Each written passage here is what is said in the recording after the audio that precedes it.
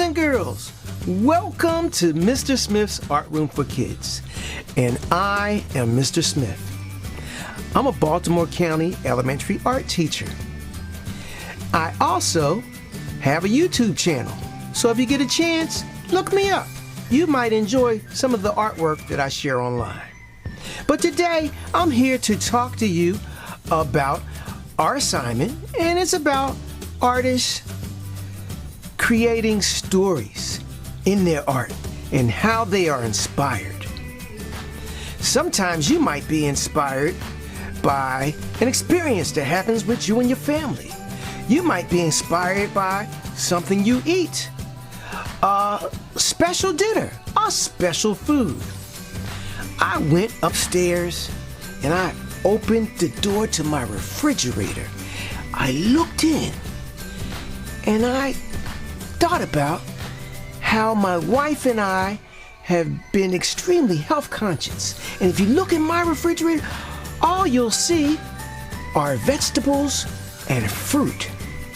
So I said, if I were to create a work of art that would be inspired by the way we eat, I would create a salad. But not just any salad. I would create an artful salad, a collage, but not a collage on paper, a collage in a bowl. And here is my artful salad. And everything that I have created, I had in my house. Simple white paper, crayons, markers. I even made croutons out of a sponge. If you'd like to find out how to make this salad, stay tuned and I will show you. I'm also going to share some information about some artists that also are inspired by creating art from food. And this is my twist on this project today. Wayne Thiebaud is an American painter known for his colorful works depicting pies, lipsticks, ice cream cones, pastries, and cakes, some landscapes too. When asked, he says he paints a lot of his things from his imagination and also from memories of going to diners and bakeries as a child. My second food artist is Claes Oldenburg, an American sculptor, best known for his large public art and replicas of everyday objects, and also foods. We see hamburgers, his giant spoon and cherry, a huge soft cake sculpture, and an upside-down ice cream cone sitting on top of a building. I just love Mr. Oldenburg's work.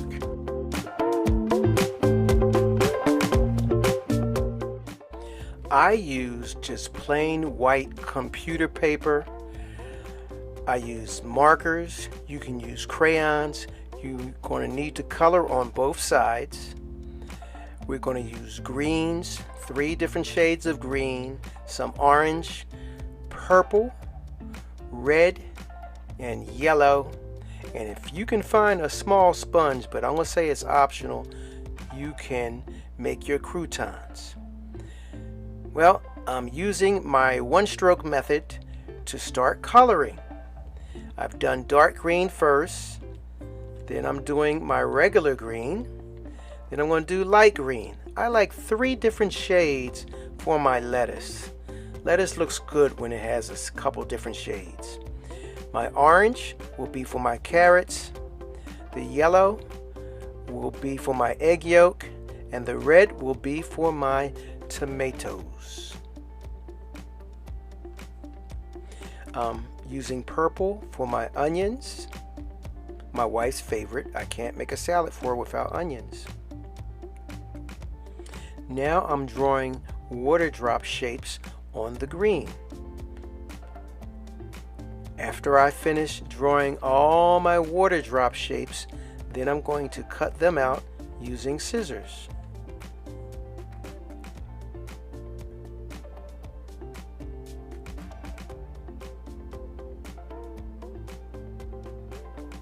Take your time when cutting. Try to stay on the line.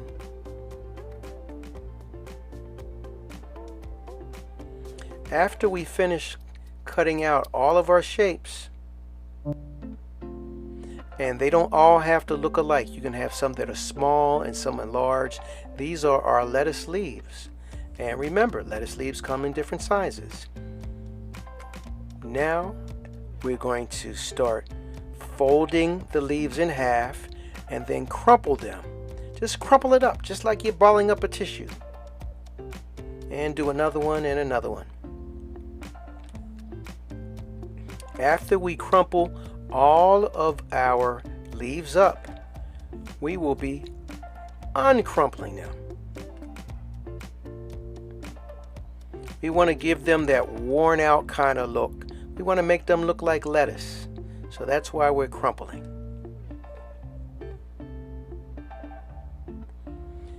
And now comes the unfolding, but when you unfold, you still want to keep the crumples. You don't want to have them to be too straight.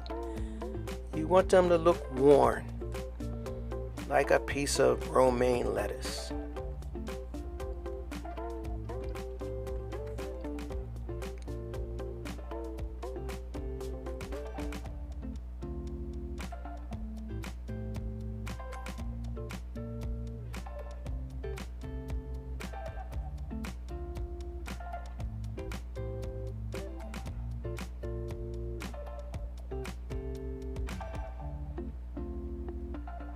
Now I'm drawing and outlining semicircles for my tomato slices.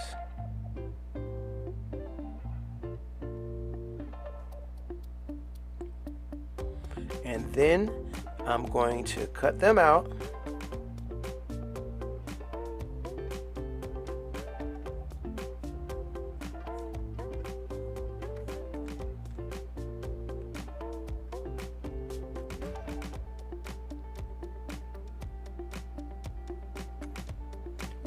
Now I'm going to end up drawing and cutting out circles for my 2 eggs in my salad. They're going to be the yolks of the eggs.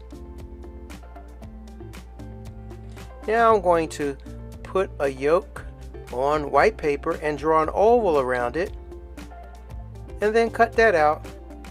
And I'll put a couple drops of glue.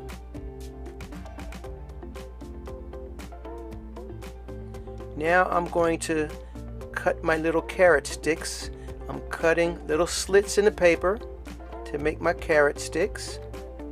I'm folding my purple paper in half, and then I'm going to cut out semicircles again.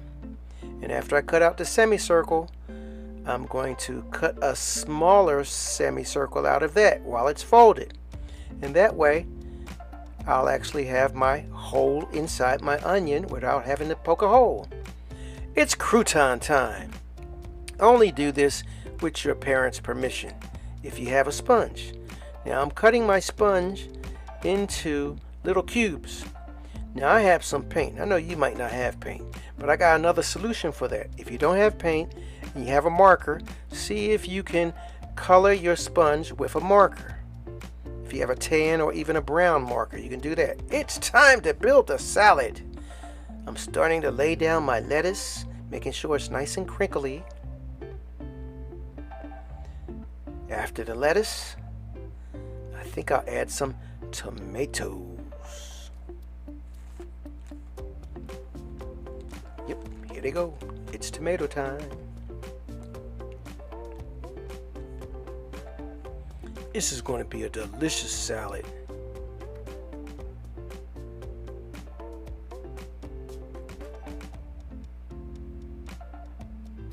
My purple onions. It's onion time. I love the colors. And that's one of the things I love about salads. They're so vibrant. My 2 eggs and my carrot sticks. And the last part will be my croutons. Voila! I've even put some dressing on it. It's really glue. but let's imagine that it's dressing. You like my salad, boys and girls? It looks so good. Oh, I think I'm going to try it. Here it comes. Hey, boys and girls. I hope you had a great time here with me in Mr. Smith's art room today. I enjoyed having you here.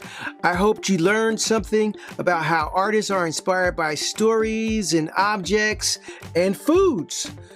I hope you had a great time seeing me build my salad today, and I would be real happy if you tried this at home with your parents. I think you'll have a lot of fun.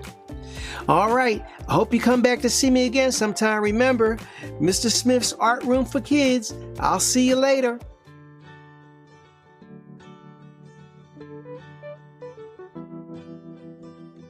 Hi, I'm here to present this week's art lesson for 3rd, 4th, and 5th grade, which is creating group portrait sculptures made with recyclables. What recyclables might be good for your sculpture? Maybe cardboard tubes, maybe empty plastic bottles, maybe empty plastic containers. A can might be good with adult assistance. What is a sculpture? A sculpture is a 2- or 3-dimensional artwork that is usually created by molding, carving, or assembling items. Now that we've thought about recyclables that might work for our project, we've thought about what a sculpture is, now we can take a look at our artist for inspiration, Marisol Escobar. Marisol was known as the first lady of pop art. Pop art is a style of art inspired by popular culture and everyday objects. She was born in Paris and her parents were from Venezuela. She later on moved to the United States. She made sculptural assemblage art from wood and found materials.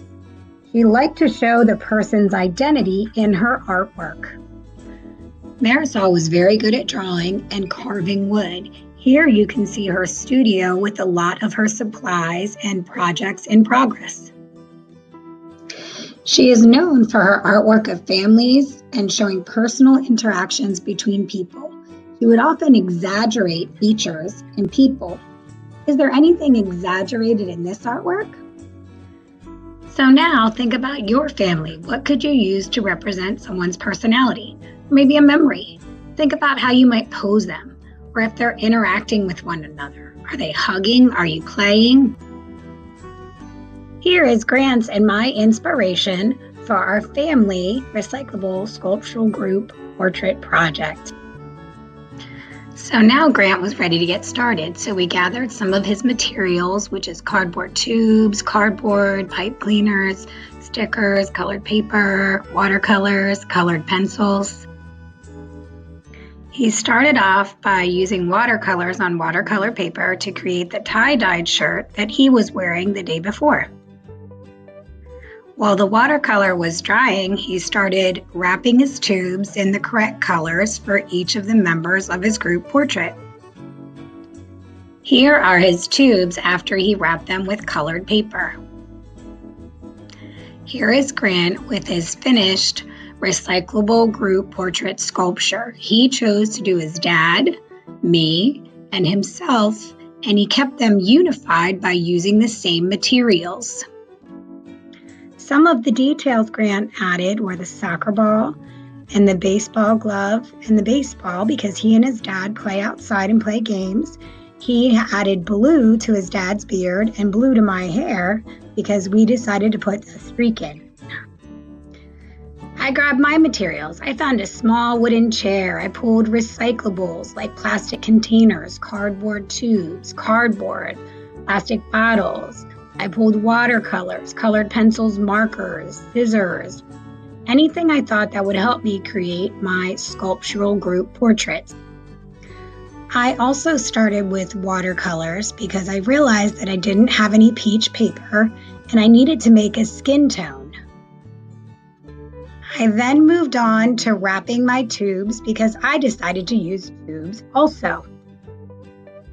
Here are my tubes wrapped.